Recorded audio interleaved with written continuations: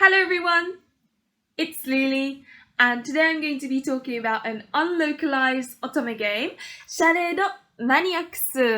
Now this is actually quite an interesting one, so I'm looking forward to it. This will be really strictly non-spoiler, which I'll explain in a moment why.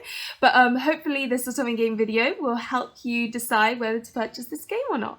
But anyway, let me start.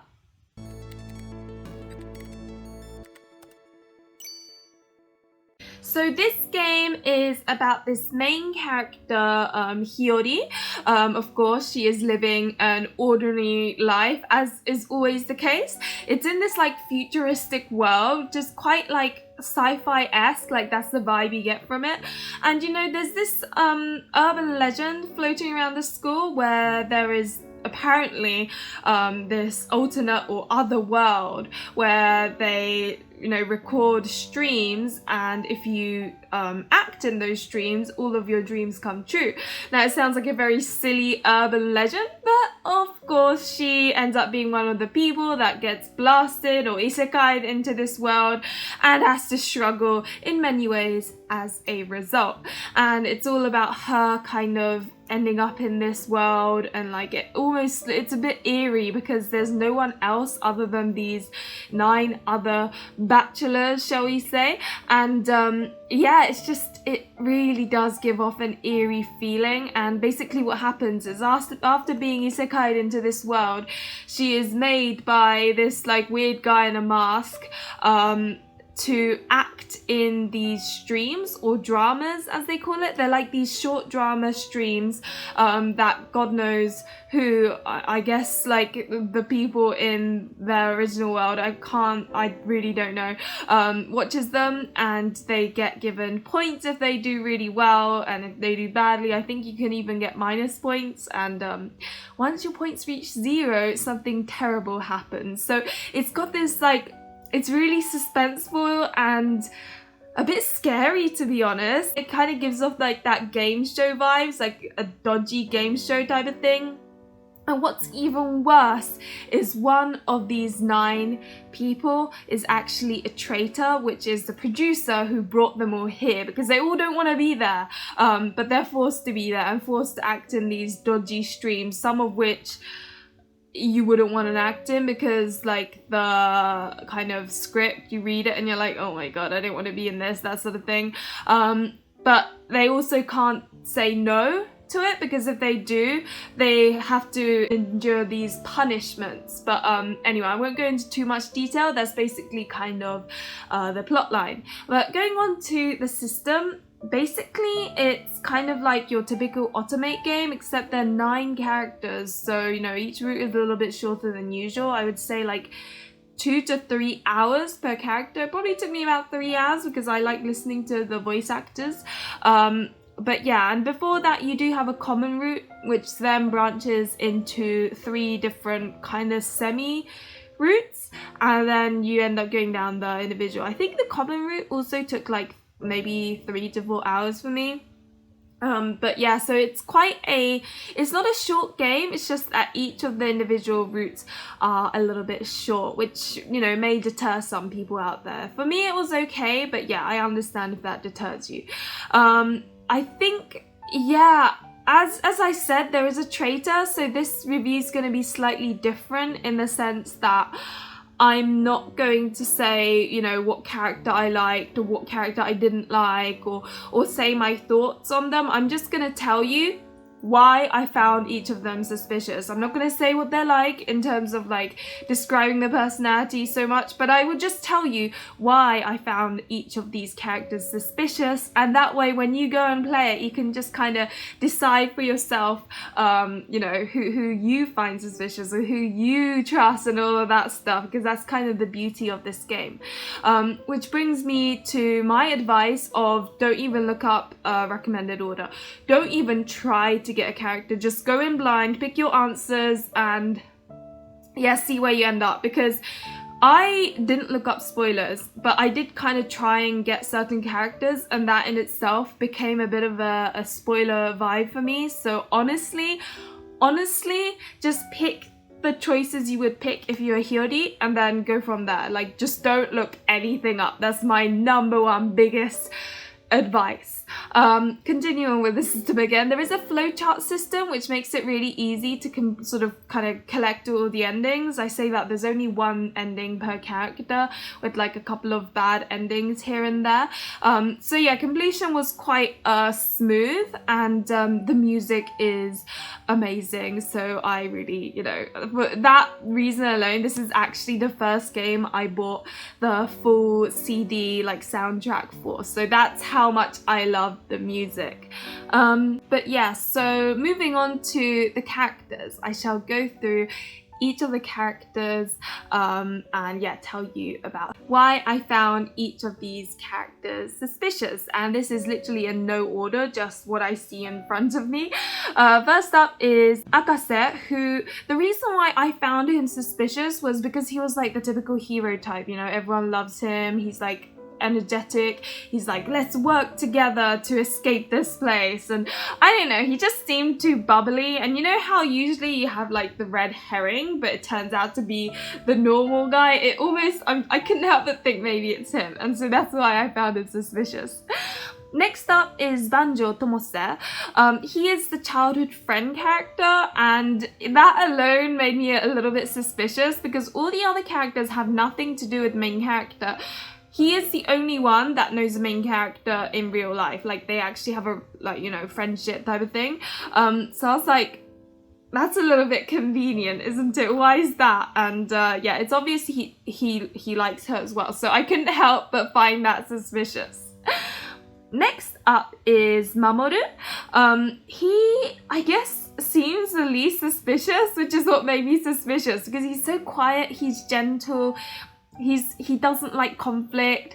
I don't know, he just seemed a bit too nice, and yeah, so that's why I found him suspicious. Next up is Dazai Mei. He was so ordinary, like, and you know how it is, like the ordinary ones, because they're so ordinary, go under the radar. So I was like, you are so ordinary, I'm suspicious of you. Next up is Keito. Was it Keito? Sorry, it's Keito.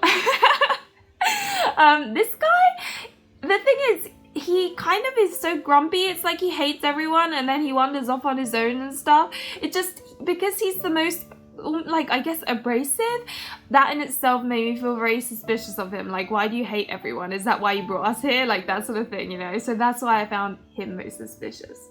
And then you've got Ryouichi.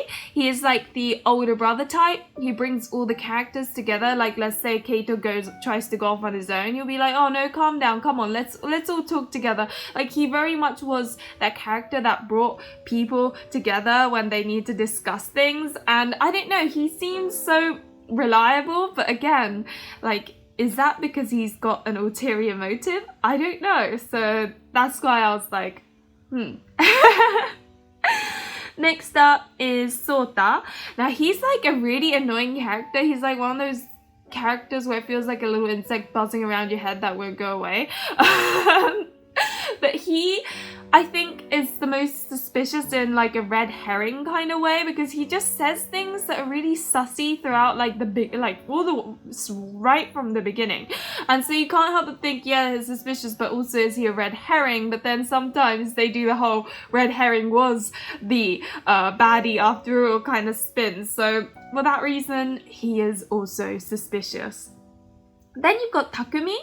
He's really weird, like he's like, I don't know, but the thing is he kind of gives off sort of adorable, innocent, childlike vibes, and so you can't help but like him, but then also at the same time he's so friendly to the main character in a cutesy way that you can't help but think like, you seem a bit too comfortable and go with the flow for my comfort. So that's why I felt he was suspicious. And then last but not least, you've got Mizuki. Now, they don't actually reveal their gender even until the end. So you don't know what gender they are, like what their pronouns are or anything. They just say, oh, call me whatever you want. And not only that, he is or she or they are very mysterious that you don't learn anything about them. I think right at the end maybe you do, I can't remember, but like because of that mystery you can't help but feel like maybe they're suspicious and maybe it's them. So that's the 9 characters. As you can see, I've done this in a little different format. Honestly, it's because I don't want anyone knowing anything about this game before playing it, because really the beauty of this game is feeling suspicious of everyone and sort of constantly thinking in the back of your mind, is it you? Is it you? Is it you? So it's kind of a bit like playing Among Us or something, but in otome game form, where you're constantly suspicious of people and wondering who the traitor is. And yeah, so I know I've said this already, but please don't follow a walkthrough. Don't follow a recommended order. I don't even think there's a recommended order, so just don't follow anything. Don't even try to get like on the route of one of these characters. Just pick the answers that you would pick and go with the flow and end up down whatever route and complete those. Like, please promise me that, because that is the most fun way of playing this game. But yeah, so that's kind of it. My general thoughts for it is I'd give it probably about like a 7.5 out of 10. The reason for this is that although I really enjoyed it, 9 routes was quite like, I'm not gonna lie, I felt a bit burnt out by the end of it. Yeah, the routes are short, but even so, like 9. And the thing is, I accidentally aimed to go for a certain character and whatever, and that kind of sort of ruined it a tiny bit for me, so which is why I'm like, don't even try to go for a certain character. And for that reason, I don't know, I think I could have enjoyed it a lot more, but overall I really enjoyed this game. I would recommend it to anyone, to be honest. Some of the things that happen are a little bit like dark and like a bit so I would recommend looking up trigger warnings just in case, but it was one of those games where you feel like you're in the dark, you don't know who's who, and every time you complete a route you learn a little bit more, and like at the end you kind of piece it together, and it's quite, yeah, it's fun in that like suspenseful kind of way, and things happen, and yeah, it was fun. Now, who would I and would I not recommend this game to? I would recommend this game to those who definitely prefer sort of like plot over a romance, because although there is some romance, don't get me wrong, it's very subtle. The pacing is very like, it's okay, but the focus is on the plot. So you might get a kiss scene, you might not, that sort of thing. So if you're the type that wants something like deep, passionate, then it's kind of not for you. So definitely for those who prefer plot over romance. Another thing is if you want something where, you just play little bits here and there, because each route, as I said, is about 2 to 3 hours long.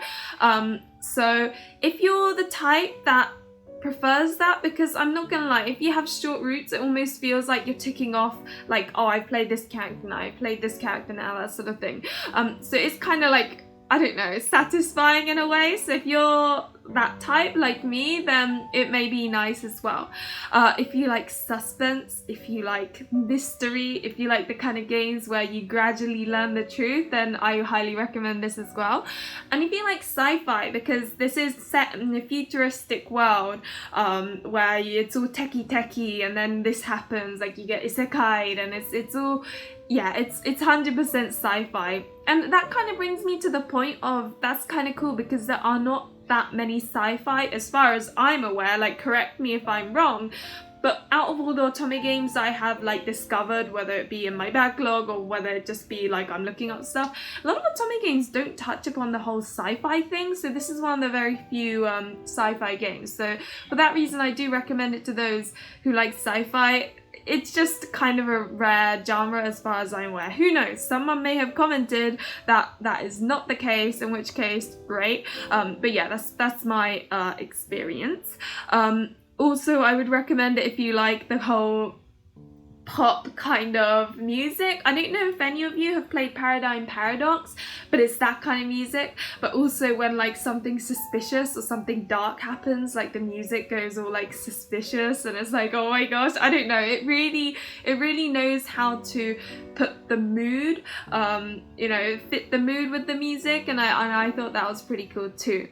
Now, who would I not recommend this game to? I would not recommend this game to someone who wants something more mature, because they are kind of high school people with a couple of adults maybe, so it's definitely a younger, you know, age, if you know what I mean.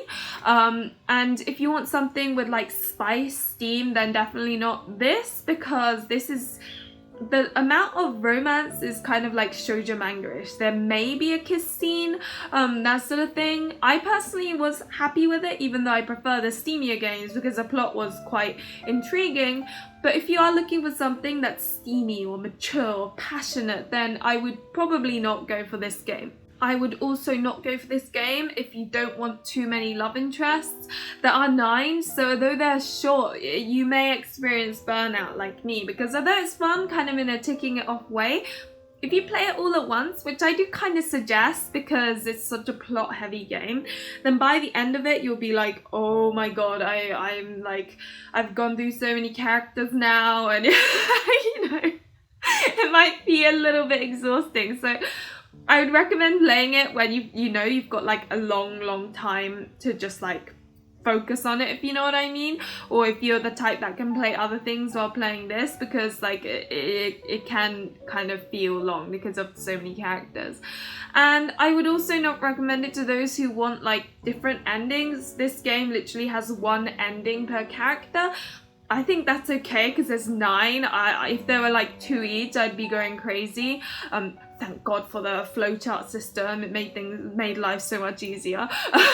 But no, if you're the type that likes having multiple different endings, then yeah, this may not be good for you because it does only have 1 ending per character.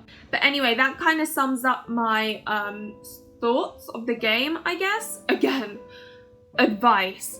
Don't look up recommended orders. Don't try and get certain characters. Just play blind. Like I'm not even talking like I like this character, so I'm going to try and go for it. So I'll pick the answers that may go towards that. No. Just pick the answers you feel are right and like go with the flow. Don't like, yeah. I've said this 3 times now, haven't I? But anyway, thank you for watching this otome game video. As is always the case, thank you very much for watching. Remember to like and subscribe if you enjoyed the content, and hopefully I'll see you in another one of my videos or streams. Bye!